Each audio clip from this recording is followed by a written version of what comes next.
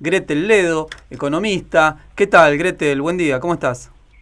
¿Cómo están? Buen día. Bueno, como siempre, gracias por la invitación. No, por favor. A ver, ¿ves esto? ¿Es que va a ser difícil frenar la inercia negativa de la economía? Y bueno, la verdad que esto está en línea con el panorama mundial de lo que se está presentando. Uno de los últimos informes que plantea el Fondo Monetario Internacional habla de que la economía mundial va hacia una desaceleración sincronizada. O sea, hay una proyección de crecimiento ya para el 2019 a un 3%, que es mucho más lento de lo esperado, y va a caer el PBI mundial para el año entrante. Una de las economías que va a estar frenando su crecimiento es China e incluso los Estados Unidos. Y uno se pregunta, ¿en qué influye en Argentina? Claro que está influyendo. Todo lo que son las economías que tienen una dependencia, una reciprocidad también en términos de intercambio, y bueno, todo lo que son las economías emergentes están teniendo dificultad a la hora de colocar sus productos en el exterior. Estamos volviendo a un tiempo histórico de proteccionismo. Las economías se están cerrando hacia adentro, y eso le da el puntapié inicial a que Argentina tenga cierta cautela a la hora de querer trazar relaciones comerciales internacionales y alianzas con bloques de manera indiscriminada. La apertura y inserción que tiene que llevar Argentina, que es muy interesante porque necesitamos del comercio exterior, por supuesto, para el crecimiento, tiene que ser siempre considerando el desarrollo interno, o sea, por encima de todo el interés nacional, el interés del desarrollo local, para que la entrada indiscriminada de bienes importados no termine perjudicando todo lo que es la industria nacional. Entonces va a tener que Argentina trazar una vía estratégica a la hora de poder intercambiar, considerando además que no va a ser tan fácil para el año entrante, donde ya a nivel global hay un decrecimiento y una desaceleración económica, ¿no? Y fíjense que durante el segundo debate presidencial, que a mi juicio fue más interesante respecto al primero, se habló mucho de la incertidumbre política, ¿no? Sí. Hoy estamos atravesando una crisis social tajante, ¿no? que ha ahora dado, digamos, cada una de las economías domésticas de nuestro país, sí, de las familias argentinas, pero fuera de lo que es la crisis social y la crisis económica, hay algo más importante y más severo que tiene que ver con la incertidumbre política. ¿Cuándo va a terminar la incertidumbre política? En las elecciones, ahora ya. El domingo va a ser el día. Sí. ¿Va a cambiar algo? Sí, va a cambiar algo. Lo que está necesitando el mercado interno, el mercado económico, el mercado financiero, las finanzas en sí, es encontrar una estabilidad. Independientemente del color político, Argentina se debe una paz social, ¿no? Y eso se va a dar con un escenario más claro a nivel electoral. Es interesante lo que planteas, Gretel, porque, a ver, la gente el oficialismo, el actual oficialismo, está diciendo, viste, pone este temor sobre la mesa, ¿no? Que si ganan ellos, que hay inflación porque el mundo piensa que vamos a volver al populismo. Sin embargo, vos estás planteando otro escenario, ¿no? Que la certeza que va a determinar el triunfo, el posible triunfo de Alberto Fernández, es decir, la certeza en el cambio de modelo, eso nos va a hacer parar mejor, ¿no? Frente al mundo, como que va a haber otro escenario.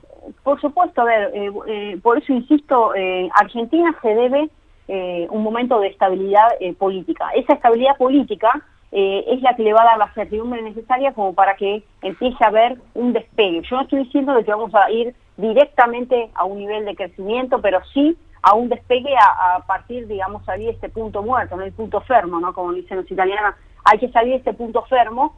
Y bueno, para dar ese quiebre es necesario un escenario de tranquilidad política, porque eso también se transmite a nivel del mercado y repercute automáticamente en la economía doméstica, todo lo que pasa en el sistema financiero y también a nivel macroeconómico, porque ya se va a estar planteando una renegociación y cómo se va a hacer el instrumento de pago, un mecanismo, digamos, para que nosotros podamos cumplir internacionalmente, pero siempre con el cuidado del respeto, digamos, de la economía de los argentinos, ¿no? Y me imagino, sí, Gretel, que, a ver, debe ser imposible para vos, como para mucha gente, cerrar la mirada en lo que pasa en Argentina y no ver el contexto regional, el contexto geopolítico, lo que está pasando en Chile, lo que está pasando en Ecuador, sí, el avance por ahí de la derecha. Hoy hay conflicto por ahí en Bolivia también, hay la derecha que se está quejando del triunfo de Evo Morales.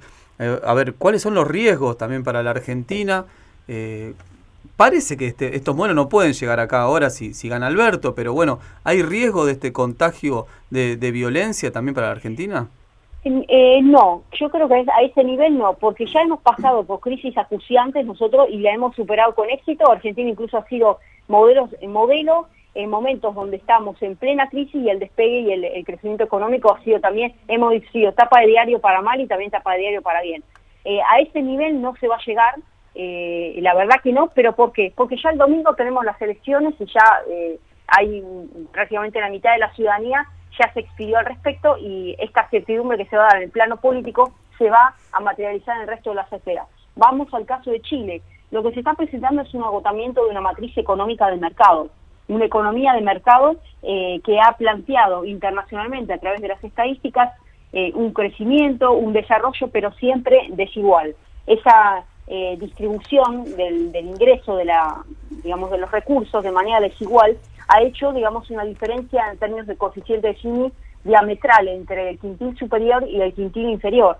Y lo interesante y el aspecto de color es que la revolución ideológica, si se quiere, el viraje se está dando desde el centro hacia la periferia. Estamos hablando no de los sectores más vulnerables, sino de la clase media.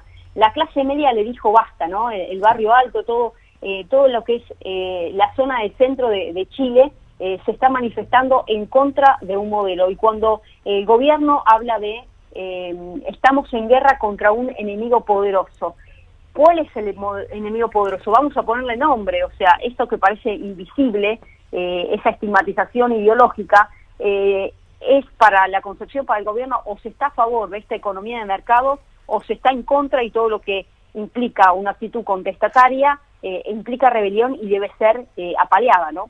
Entonces ahí es donde aparece y se despierta el famoso chilenito, que estuvo siempre dormido, y obsecuente y subyugado a una realidad por una estrategia de miedo que siempre ha enarbolado el gobierno, ¿no? En ese sentido, la verdad que es muy loable lo que está llevando adelante la clase media, y las medidas que está ahora frenando el gobierno ni siquiera son suficientes. ¿Por qué?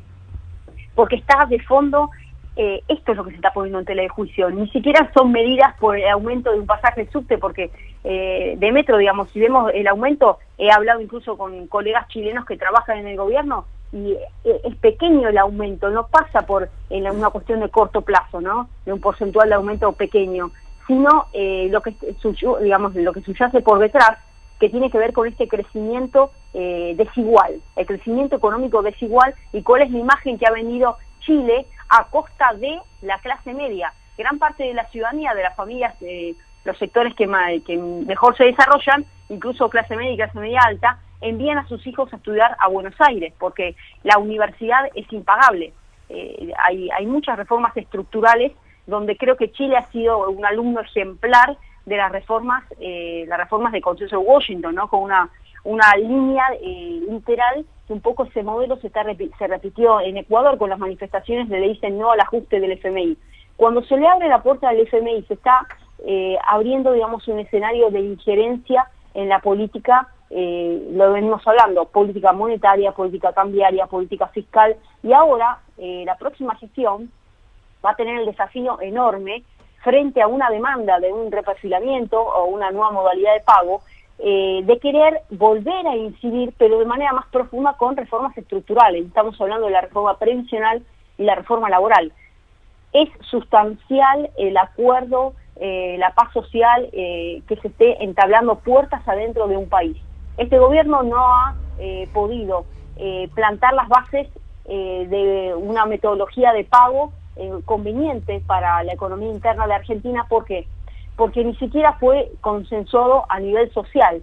Entonces, el interlocutor válido no tenía la legitimidad y no tenía la credibilidad a nivel social, de la base de la pirámide, y tampoco político, con el resto del arco político, el resto de los colores políticos, para poder llevar un contraprograma, una contrapropuesta al FMI. Ni siquiera la buscó desde el momento inicial. Ahora, que en el caso en que esté asumiendo este nuevo color político, esta nueva gestión, va a ser fundamental trabajar con una buena cohesión social. Esa cohesión social, y también política, porque el peronismo unificado ya habla de un impulso interesante a nivel partidario, le va a dar la fuerza y la autonomía decisoria para plasmarla frente al FMI con la imposición de condiciones que ellos van a querer llevar, digamos, al gobierno de turno. Sí, yo, Gretel, tuve el error de presentarte como economista.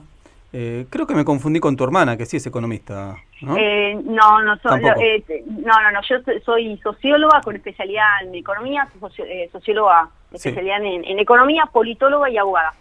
Y tengo una maestría internacional, en asuntos internacionales, pero el tema económico es el tema que hoy está atravesando a todo nuestro país y día a día lo sigo, digamos, con una visión, obviamente, de economía política, ¿no? Claro, sí, y por eso te quería abordar tu costado de politóloga, de cómo lo ves a Macri, ¿sí? Porque evidentemente se vio fortalecido, está convencido, o al menos es lo que dice puertas afuera, que va a ganar que va a forzar el balotaje, va a ganar la elección. ¿Cómo ves el momento del presidente candidato también a la reelección? Bueno, a ver, nosotros como analistas, como politólogos, podemos dar una visión, les voy a dar una visión del debate, pero la cuestión es cómo son la suerte, cómo están hechas las cartas respecto a cómo es la situación económica actual que está pasando el país. El segundo debate, insisto que fue mucho más enriquecedor respecto al primero, hubo más preparación de cada uno de los candidatos, desde el uso del tiempo hasta incluso lo más sustancial, que es lo propositivo, ¿no? Claro. Una diferencia interesante entre los dos puntos ideológicos extremos, entre Esper y Del Caño. Fue muy interesante ver ese puntapié, independientemente que compartamos o no la visión que tienen de desarrollo, a mi juicio personal, totalmente utópico para aplicar en Argentina, digo, desde el liberalismo extremo hasta la visión de Del Caño, ¿no? Digo, para la realidad que estamos viviendo como país, ¿no? Me explico, para que lleguen a un gobierno, esa fuerza política, a eso me refiero. Pero estuvieron, la verdad que para aplaudirlo, los dos estuvieron muy bien. Bueno, respecto a Lavagna, volvió digamos, a ese papel que estuvo durante el primer debate, más de tintas medias, pero no se pudo avanzar demasiado en un plano de desarrollo que estaba esperando gran parte del electorado que lo está apoyando, como ese tercer sendero no estuvo consolidado, sino más bien volvió a repetir el papel de apoyarse y, bueno, acercarse un poco a la postura de Alberto Fernández. Sí. Lo que sí interesó fue cuando en el cierre mencionó la importancia de los puntos que tenían que estar acordándose para el próximo gobierno, y todo el arco político es: nadie toma todo el poder y para siempre.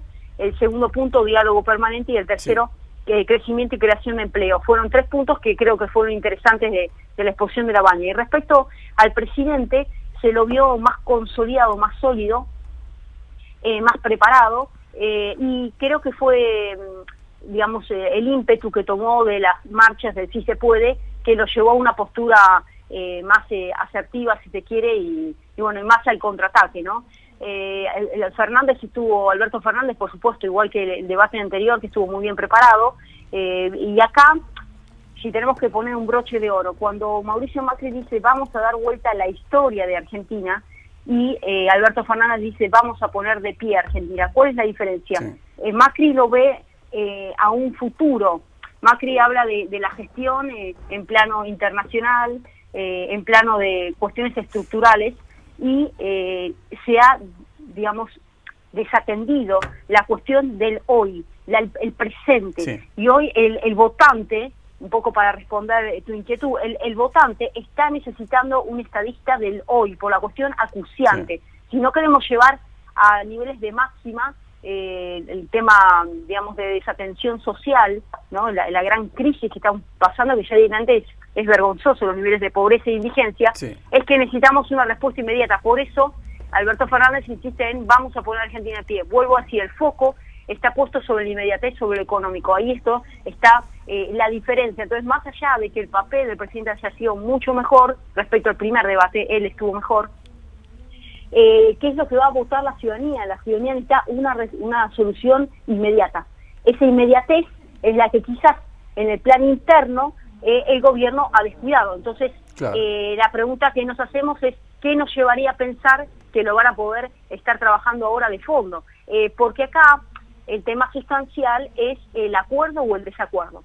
Si no se trabaja de manera acordada y qué tipo de acuerdo va a haber cuando ya está la oposición realmente unida, que esto es histórico, porque la verdad que se ha festejado el Día de la Lealtad totalmente con un peronismo unificado, hace pensar que del otro lado está la jugada bastante estratégicamente desarrollada, con lo cual es complicado avanzar en un plano donde se gana una elección y aún así, en el hipotético caso en que el oficialismo ganara la elección, la pregunta es, ¿cómo mantiene la gobernabilidad cuando más del país plantea otra opción de modelo? ¿Me explico? Y en esa otra opción, ahí está todo el sector sindical, está todo el sector del peronismo, el peronismo federal, está, bueno, más de 15 fuerzas que están aglutinadas en esa visión.